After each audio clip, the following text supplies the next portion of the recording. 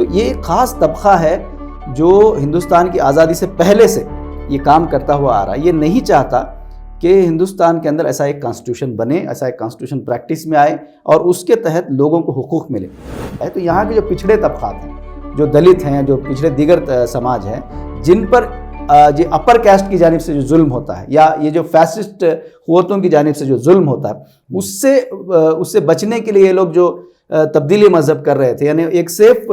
Shelter وہ ڈھونڈنے کی جو کوشش کر رہے تھے, تو وہ چاہتے ہیں کہ اس کو بند کیا جائے. کسی بھی صورت سے دلت بن کر رہے, پچھڑے طبقات کے لوگ پچھڑے طبقات ہی میں رہیں, ان کے سماجی سٹیٹس میں کوئی فرق آنے نہ پائے, وہ مغلوب بن کر رہیں, غلام بن کر رہیں. یہ جو مینٹالٹی ہے وہ آج جو ہے چاہتی ہے کہ کانسٹیٹیوشن کو, کہ یہ جو فنڈامنٹل رائٹس ہیں اس کو ختم کیا جائے. بلکہ اینٹی کنورشن بل جو ہے وہ سب سے زیادہ اگر متاثر کسی کو کر رہا تھا تو وہ دلتوں کو کر رہا ہے,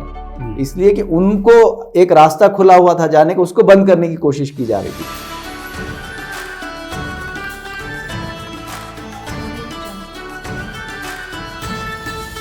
ناظرین آداب, السلام علیکم.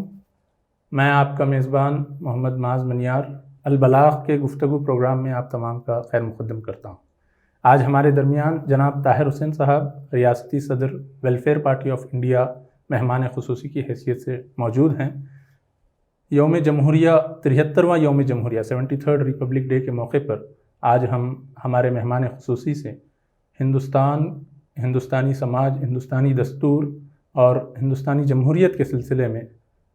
گفتگو کریں گے.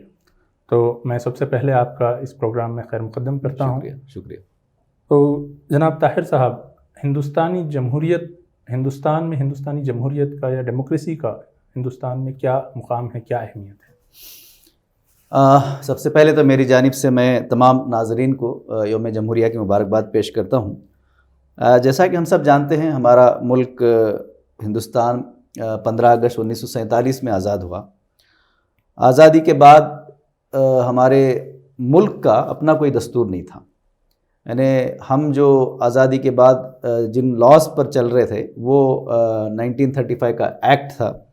تو اس کی جگہ بدل کر کے ہم کو ایک نیا دستور بنانے کی ضرورت تھی. اور آزادی کی لڑائی جو ہو رہی تھی اس وقت بھی یہ گفتگو زیر بحث تھی کہ ہمارا ملک کا نقشہ کس طرح ہوگا, یہاں کی سوسائٹی کس طرح چلے گی, اور کس قسم کا سسٹم, ایڈمنسٹریشن کا سسٹم ہمارا ہوگا. ان سب چیزوں پر تھرولی گفتگو ہونے کے بعد یہ بات متفقہ طور پر ہمارے ملک کے درمیان اس وقت کے ہمارے لیڈروں نے یہ طے کیا کہ ہمارا ملک ایک ڈیموکریٹک کنٹری بنے گا, ایک جمہوری ملک بنے گا. اور ظاہر سی بات ہے کہ ایک جمہوری ملک بننے کے لیے اس کا ایک دستور ہونا چاہیے. اب یہ اس لیے بھی ضروری تھا کہ ہندوستان جو ہے ایک ملٹی کلچر, ایک ملٹی لنگوسٹک ملک ہے. یہاں پر ہزاروں طرح کے تہذیب ہیں اور ہزاروں طرح کے زبانیں یہاں بولی جاتی ہیں, اور ظاہر سی بات ہے ایسے میں کسی ایک مذہب, کسی ایک کلچر کے تحت اس ملک کو چلانا بہت مشکل تھا. اس لیے بھی یہ بہت ضروری تھا کہ ہمارے اس ملک کو ایک ڈیموکریٹک, ایک جمہوری ملک بنایا جائے. اور اس کے پیش نظر باقاعدہ اس کے لیے اس وقت ایک کانسٹیٹیوٹ اسمبلی کا انتخاب عمل میں آیا, جس میں 389 ممبرز منتخب ہو کر آئے, جو ملک کے تمام کونوں سے تھے, تمام طبقات سے تھے, تمام طبقات کی نمائندگی کرتے تھے. تو یہ جو کانسٹیٹیوئنٹ اسمبلی بنی تو اس کے پھر تقریباً 22 سب کمیٹیاں بنائی گئیں. تو ان 22 سب کمیٹیوں کے ذمے جو ہے پورے ملک کے اندر وہ دورہ کرنا اور تمام لوگوں سے جو ہے رائے حاصل کرنا, مشورے لینا, اور اس کے علاوہ دنیا میں اس وقت جو ایگزسٹنگ ڈیموکریسیز تھیں اور ان کے پاس جو دستور تھے ان سب کا مطالعہ کرنا, یہ سب ان کے ذمہ کام تھا. خاص کر کے ایک ڈرافٹنگ کمیٹی بنائی گئی جو خاص کانسٹیٹیوشن کے لیے بنائی گئی تھی, جس کے چیئرمین ڈاکٹر بابا صاحب امبیڈکر کو بنایا گیا. 7 افراد پر مشتمل یہ کمیٹی تھی, اور ان 7 افراد میں ایک صاحب ہمارے محمد سعد اللہ صاحب بھی اس میں شامل ہیں, جو کہ ہمارے لیے ایک فخر کی بات ہے کہ کانسٹیٹیوشن کی ڈرافٹنگ کمیٹی میں ایک بڑا کنٹریبیوشن اسی وقت سے مسلمانوں کا بھی رہا ہے. تو اس طرح اس کمیٹی نے پورے ملک کا دورہ بھی کیا اور ملک بھر کے جو اس وقت کے موجودہ کانسٹیٹیوشنز تھے ان سب کا مطالعہ بھی کیا. اور یہ سب کرنے کے بعد تقریباً ایک کاپی جو ہے جب بن کر تیار ہو گئی تو اس کو اسمبلی میں پیش کیا گیا، پھر اس کے بعد عوام کے لیے اس کو کھولا گیا تاکہ عوام اس پر بحث کر سکے، مشورے دے سکے، اور اس پر جو ہے کوئی چیز اگر اس میں حذف و اضافہ کرنا ہے تو یہ عوام کو اختیار دیا گیا۔ تقریباً 166 دن یہ مرحلہ چلا، یعنی یوں سمجھیے کہ 2 سال 11 مہینے اور 18 دن تک یہ مرحلہ ہونے کے بعد آخر 24 جنوری کو جو ہے جو 2 کانسٹیٹیوشن کے کاپیز تیار ہوئے، ایک ہندی میں اور ایک انگریزی میں۔ ان کاپیز پر تقریباً 308 جو کانسٹیٹوئنٹ ممبرز تھے انہوں نے دستخط کیے، اور اس کے بعد 26 جنوری کو باقاعدہ طور پر اس کو ہمارے ملک کا کانسٹیٹیوشن اور دستور کے طور پہ اڈاپٹ کیا گیا۔ تو اس طرح اگر آپ دیکھتے ہیں تو ہمارا جو دستور ہے اور ہماری جو ڈیموکریسی ہے یہ ورلڈ کی لارجسٹ ڈیموکریسی اور دنیا کا بہت بڑا دستور مانا جاتا ہے۔ اتنے واسٹ چیزیں اس کے اندر کور کی گئی ہیں، اور کوشش یہ کی گئی ہے کہ ملک کے تمام طبقات کو اس کے اندر شامل کیا جا سکے، ملک کے تمام جو پچھڑے طبقات بھی ہیں ان کا بھی اس میں خیال رکھا گیا۔ یہ سب چیزیں منا کر کے ہندوستان کا یہ دستور اڈاپٹ کیا گیا، اور اسی کی خوشی کے طور پر ہم اس وقت جمہوریت کا یہ جشن مناتے ہیں، اور پورے ملک میں ہم اس جشن کو چلاتے ہیں۔ جی، جیسا کہ آپ نے اپنی گفتگو میں عرض کیا، ہندوستانی جمہوریت پورے دنیا میں سب سے بڑی جمہوریت کہلائی جاتی ہے، اور یہاں پر بہت ہی ڈائیورسٹی ہونے کے پس منظر میں یہاں کا جو دستور بنایا گیا وہ ان خوبیوں کو مد نظر رکھتے ہوئے بنایا گیا۔ تو کیا آپ ایسے کچھ نکات کو گنا سکتے ہیں جو ہمارے دستور کی خصوصیات کہی جا سکتی ہیں؟ دیکھیے، ایک بہت ہی خوبصورت بات یہ ہے کہ ہمارے ملک کا جو دستور ہے وہ تقریباً بہت بڑے آرٹیکلز پر مشتمل ہے، ان ساری چیزوں پر تو گفتگو نہیں کی جا سکتی، لیکن ایک بہت ہی خوبصورت جو چیز ہے اس کے اندر وہ ہے فنڈامنٹل رائٹس، جو بنیادی حقوق جن کو ہم کہتے ہیں۔ ان بنیادی حقوق کو اگر آپ دیکھیں گے تو میرے خیال سے دنیا کے کسی بھی ملک کے اندر اتنے بہترین حقوق جو ہے کسی شہری کو اویلیبل ہوں ایسا آپ کو نہیں ملے گا۔ یہ کانسٹیٹیوشن کا جو پارٹ 3 ہے، اس پارٹ 3 کے اندر جو آرٹیکل ہیں جو شروع ہوتے ہیں آرٹیکل 12 سے، دفعہ نمبر 12 سے لے کر 35 تک، ان کے اندر ان کا تذکرہ کیا گیا، اور یہ اتنے خوبصورت کانسٹیٹیوشن کے دفعات ہیں۔ اگر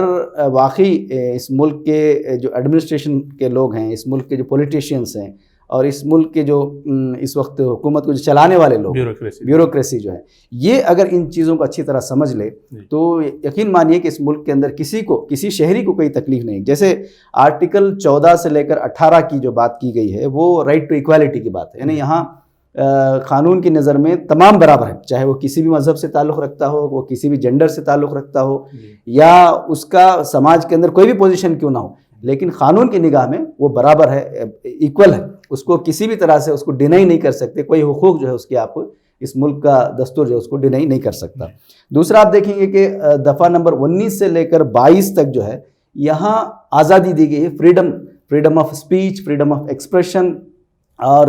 اظہار خیال کی آزادی۔ تو یہ آپ دیکھیں گے کہ بہت بڑی چیز ہے، آج کے دور میں اس پر بہت زیادہ بحث ہو رہی ہے، بہت زیادہ گفتگو چل رہی ہے، میں آگے چل کر کے اس پہ کچھ بات رکھوں گا۔ تو یہ ایک بہت بڑی خوبی ہے ہندوستان کے دستور کی کہ اس نے یہ آزادی ہم کو دی ہے۔ پھر دفعہ نمبر 23 سے لے کر 24 تک جو ہے ایکسپلائٹیشن کے خلاف، یعنی اگر کسی پر ظلم ہو رہا ہے تو اس کے خلاف جو ہے آپ کے کیا کیا حقوق ہیں، یہ بھی جو ہے یہ ایک بنیادی حق کے طور پر آپ کو ہندوستان کا دستور دیتا ہے۔ پھر اسی طرح آپ دیکھیں گے آرٹیکل 25 سے 28، یہ آج کے دنوں میں بہت زیادہ موضوع گفتگو ہے اور بہت امپورٹنٹ ہے۔ یہ ہے کہ فریڈم آف ریلیجن، آپ اس ملک کے اندر کوئی بھی مذہب اختیار کر سکتے ہیں، کسی بھی مذہب کو آپ پریکٹس بھی کر سکتے ہیں، پریچ بھی کر سکتے ہیں، یعنی آپ اس پر چل بھی سکتے ہیں اور دوسروں کو جو ہے اپنے مذہب کا تعارف بھی کرا سکتے ہیں، پروپیگیٹ بھی کر سکتے ہیں۔ یہ جو آزادی ہے بہت بڑی چیز ہے، اس پر بھی ہم کو آگے گفتگو کرنا ہے کہ آج ہندوستان کے اندر اس پر ہم کس طرح سے دیکھ رہے ہیں اس کو۔ تو اسی طرح آرٹیکل 29 اور 30 یہ جو ہیں وہ آپ کی تہذیب، آپ کی ثقافت، اس کی حفاظت کرنے کا حق آپ کو دیتا ہے۔ پھر اسی طرح تعلیمی ادارے، ایجوکیشن، جو کہ بہت بڑا سبجیکٹ ہے، تو ہر ایک کو یہاں کے خاص کر کے اقلیتوں کو اپنے تعلیمی ادارے قائم کرنے کا حق، اور پھر اپنے تعلیمی اداروں کو الگ سے چلانے کا اختیار، ہر طرح کی تعلیم حاصل کرنے کا اختیار۔ تو یہ جو حالانکہ یہ 6 فنڈامنٹل رائٹس جو دیے گئے ہیں اس میں سے 5 کو میں نے آپ کے سامنے گنایا کیونکہ بہت زیادہ امپارٹنٹ ہے. تو یہ ہمارے کانسٹیٹیوشن کا سب سے خوبصورت پارٹ ہے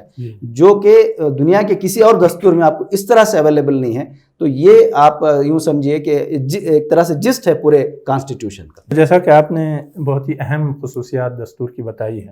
تو ان خصوصیات کو اگر آج کے دور میں دیکھا جائے تو ہم محسوس کرتے ہیں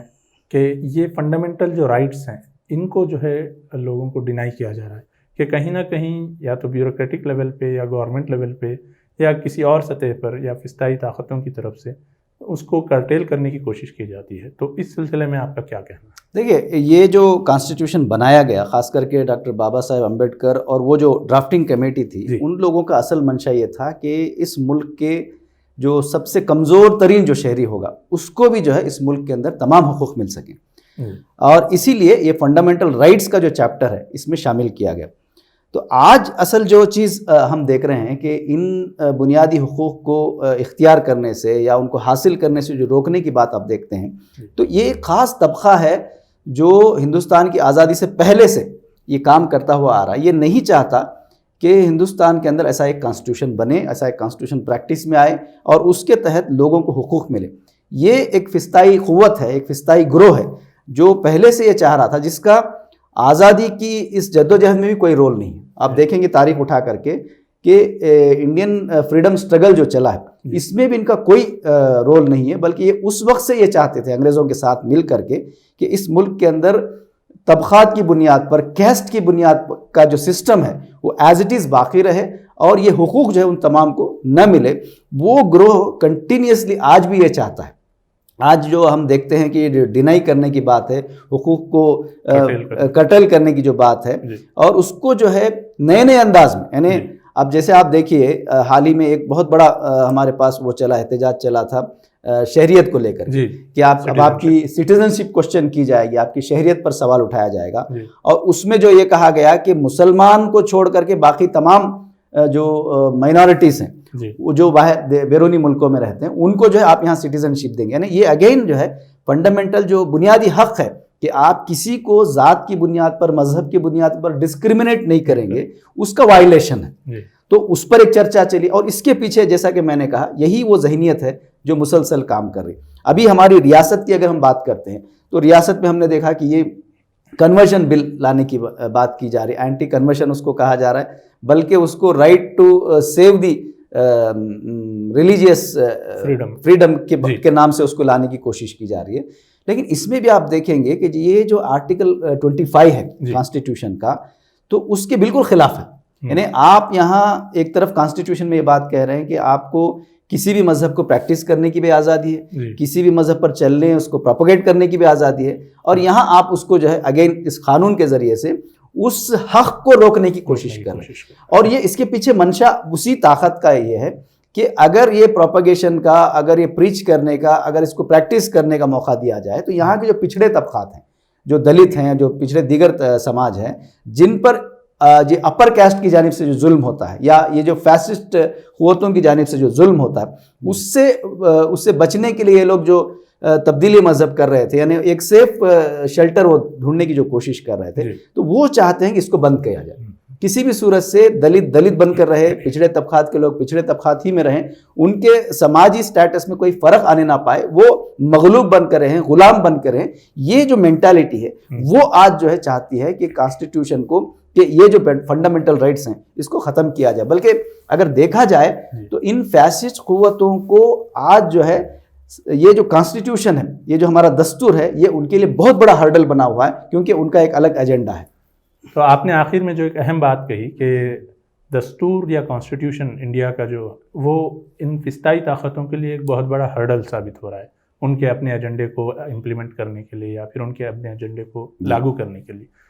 تو اس پس منظر میں ایک عام شہری کی کیا ذمہ داری ہونی چاہیے کہ وہ اس جدوجہد میں کس طرح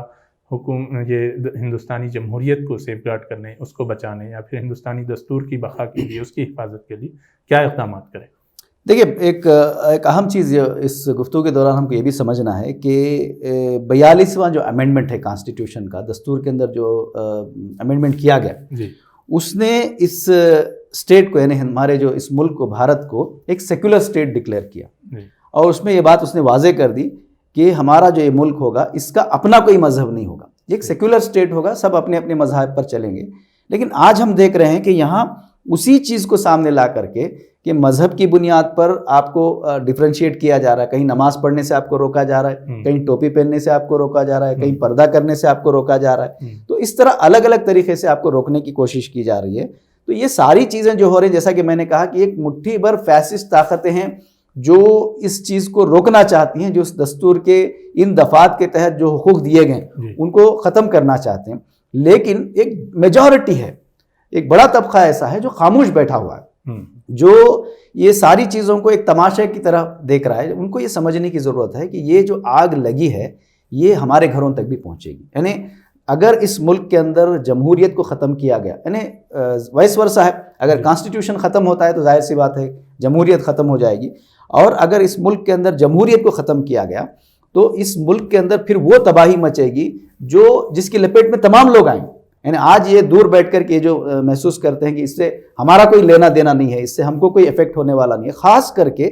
جو نوجوان طبقہ ہے ان کو یہ سمجھنے کی ضرورت ہے کہ وہ سب سے پہلے ہندوستان کے اس دستور کو پڑھیں، ہندوستان کے دستور کے اندر جو حقوق دیے گئے ہیں ان کو سمجھنے کی کوشش کریں اور اس کا جو اسپرٹ ہے اس کو جاننے کی کوشش کریں۔ اگر ہمارا یہ نوجوان طبقہ، خاص کر جو طالب علم اس وقت کالجوں میں پڑھ رہے ہیں، ان کو اس دستور کو پڑھوانے کی ضرورت ہے۔ اگر یہ الرٹ ہو گیا، اگر یہ ہوشیار ہو گیا کہ دستور کے اندر دیے گئے ان حقوق کی حفاظت کرنا ہے، ورنہ یہ ملک کے اندر رہ رہے صرف دلتوں کو یا مسلمانوں کو اس سے تکلیف ہونے والی نہیں ہے، بلکہ اس ملک کے ہر شہری کو آئندہ آنے والے دنوں میں تکلیف ہونے والی ہے۔ یہ بات کو محسوس کرتے ہوئے ہندوستان کے اس دستور کو بچانے، ابھی دیکھیے ابھی جو پچھلا پارلیمنٹ سیشن چلا ہمارا، اس کے اندر ایک B J P M P نے باقاعدہ ایک بل پیش کر دیا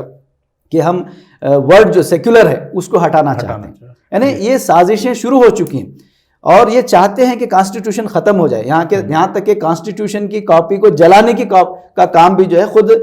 ملک کی راجدھانی کے اندر بھی ہوا۔ اس کے باوجود ہمارے نوجوانوں کے اندر، ہمارے اس ملک کے شہریوں کے اندر وہ احساس ابھی تک نہیں آ رہا، اور یقین مانیے اگر آپ نہیں جانگیں گے، آپ الرٹ نہیں ہوں گے تو یہ دستور تو ختم ہوگا ہی ہوگا، اس کے جو اثرات ہوں گے وہ سارے لوگوں پر آئیں گے اور پورے ملک پر آئیں گے، اور آنے والی نسلوں پر بھی اس کے اثرات پڑنے والے ہیں۔ جی،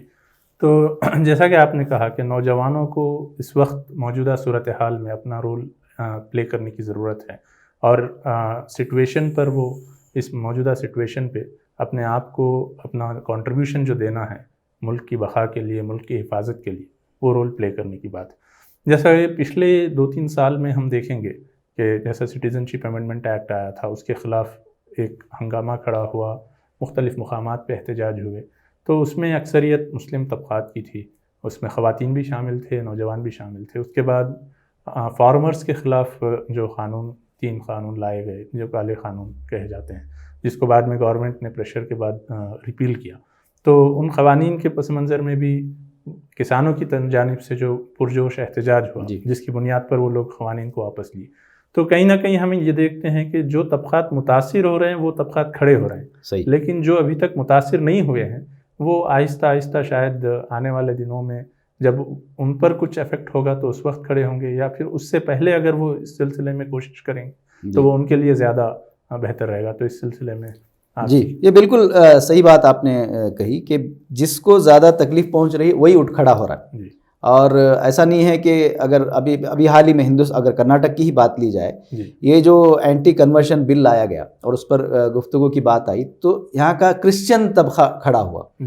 اور انہوں نے بار بار یہ ڈکلیئر کیا کہ یہ کرسچنوں پر ظلم ہو رہا ہے، جبکہ ایسا نہیں ہے۔ اینٹی کنورشن بل جو ہے وہ سب سے زیادہ اگر متاثر کسی کو کر رہا تھا تو وہ دلتوں کو کر رہا ہے، اس لیے کہ ان کو ایک راستہ کھلا ہوا تھا جانے کو، اس کو بند کرنے کی کوشش کی جا رہی تھی۔ اور دوسرا یہاں پر اس سے متاثر ہونے والے مسلمان ہیں، پھر تیسرے متاثر ہونے والے کرسچن ہیں۔ تو اس طرح میں جو بات یہ کہی کہ یہ کسی ایک طبقے کو، کسی ایک مذہب کو افیکٹ کرنے والا نہیں ہے، بلکہ تمام یہاں کے ملک کے شہریوں کو افیکٹ کرنے والا کی چیزیں ہوتی ہیں۔ اس لیے بہت ضروری ہوتا ہے کہ کسی ایک ایشو کو جب آتا ہے کوئی، جیسے ابھی کسانوں کا ایشو آیا تھا، اس میں ہم نے دیکھا کہ ملک کے تمام طبقات نے اس کا ساتھ دیا، ملک کے اندر رہنے والے تمام گروہوں نے اس کا ساتھ دیا، نوجوانوں نے، اسٹوڈنٹس نے، مسلمانوں نے، سکھوں نے، ہر ایک نے جو ہے اس قانون کا کی مخالفت کی، جس کے نتیجے میں حکومت کو مجبوراً جو ہے وہ قوانین کو واپس لینا پڑا. یعنی یہ میسیج یہ دے رہا ہے کہ جب آپ مل کر کھڑے ہو جاتے ہیں، جب ایک ساتھ کھڑے ہو جاتے ہیں، چاہے آپ یہ نہیں دیکھتے ہیں کہ یہ مسلمانوں پہ آ رہا ہے، یہ سکھوں پہ آ رہا ہے یا دلتوں پہ آ رہا ہے، یہ دیکھے بغیر آپ یہ دیکھ کر کے کھڑے ہو جاتے ہیں کہ یہ کانسٹیٹیوشن کے جو فنڈامنٹل رائٹس ہیں ان کا وائلیشن ہو رہا ہے. اسی چیز کو ہم کو سامنے رکھنا ہے. یہ نہیں دیکھنا ہے کہ مسلمان، کرسچن، دلت، یہ نہیں، دستور کی کون سی دفعہ کے خلاف یہ کام ہو رہا ہے. تو مجھے دستور کا ڈیفینڈ کرنے کے لیے، اس کو بچانے کے لیے کھڑے ہونا ہے. اس اسپرٹ کے ساتھ اگر آپ کھڑے ہوتے ہیں تو اس ملک کے اندر ہم جمہوریت کو بچا سکتے ہیں، دستور کو بچا سکتے ہیں. ابھی ایک تازہ معاملہ یہ آیا ہے کہ آپ دیکھ رہے ہیں کہ ہندوستان کے اندر ہمارے موجودہ جو حکومت ہے وہ یہاں کے فیڈرل سٹرکچر کو ختم کرنے کی کوشش کر رہی ہے. ابھی نیا جو سرکولر لانے کی جو کوشش کر رہے ہیں کہ IAS کے جو تبادلے ہیں ان کا حق وہ اپنے پاس لینا چاہ رہے ہیں، جبکہ وہ اسٹیٹ کا معاملہ ہے. اسی طرح الیکٹریسٹی بل کو الیکٹریسٹی کو پرائیویٹائز کرنے کی بات آ رہی تھی، وہ بھی جو ہے اسٹیٹ کے حقوق ہیں. تو یہ کلچرل، یہ فیڈرل سٹرکچر کو ختم کرنے کی بھی کوشش جو ہے اس ملک کے اندر کی جا رہی ہے. تو یہ وہ اسٹیٹ جن کے پاس BJP حکومت ہے وہ خاموش رہیں گے، وہ اسٹیٹ جہاں پر کانگریس حکومت کر رہی ہے وہ اس کا احتجاج کریں گے، اور ایک اسٹیٹ خاموش رہے گا. ایسا نہیں، یہ اس ملک کے سٹرکچر کو ختم کرنے کی بات کی جا رہی ہے. تو تمام اسٹیٹس کو اس کی مخالفت کرنا چاہیے، تمام ریاستوں کو جو اٹھ کھڑا ہونا چاہیے کہ یہ دستور کے فلاں دفعہ کے خلاف ہو رہا ہے. تو آج اس اسپرٹ کے تحت ہم کو یہ سوچنے کی ضرورت ہے. یہ جو خاص کر کے یہ جو یوم جمہوریہ جو ہم منا رہے ہیں، تو یہ صرف گفتگو سے، تقریروں سے کرنے کے بجائے یہ نوجوانوں کے اندر ایک اسپرٹ کے ساتھ، ایک میسیج کے ساتھ ہم اس کو منائیں کہ ہم کو جب بھی کانسٹیٹیوشن پر، دستور پر، اس کے دفعات پر آنچ آنے کی کوشش ہوتی ہے یا اس کے حقوق کو ختم کرنے یا اس کو روکنے کی کوشش کی جاتی ہے، تو ہم کو اسی اسپرٹ کے ساتھ اس کے لیے کھڑا ہونا پڑے گا اور اس کو بچانا پڑے گا. بوند بوند سے دریا بنتا ہے، ہر ایک کی کوشش سے انشاءاللہ تبدیلی آئے گی. بہت بہت شکریہ جناب طاہر صاحب آج کے ہمارے اس گفتگو پروگرام میں شامل ہونے کے لیے. ہم آپ کا بہت بہت شکر گزار ہیں کہ آپ نے اپنا قیمتی وقت نکالا اور ہمارے لیے اس گفتگو کے پروگرام میں ہمارے ساتھ بہت اہم نکات پر اپنے زرعی خیالات سے ہمیں مستفیض فرمایا. شکریہ. جزاک اللہ. آداب.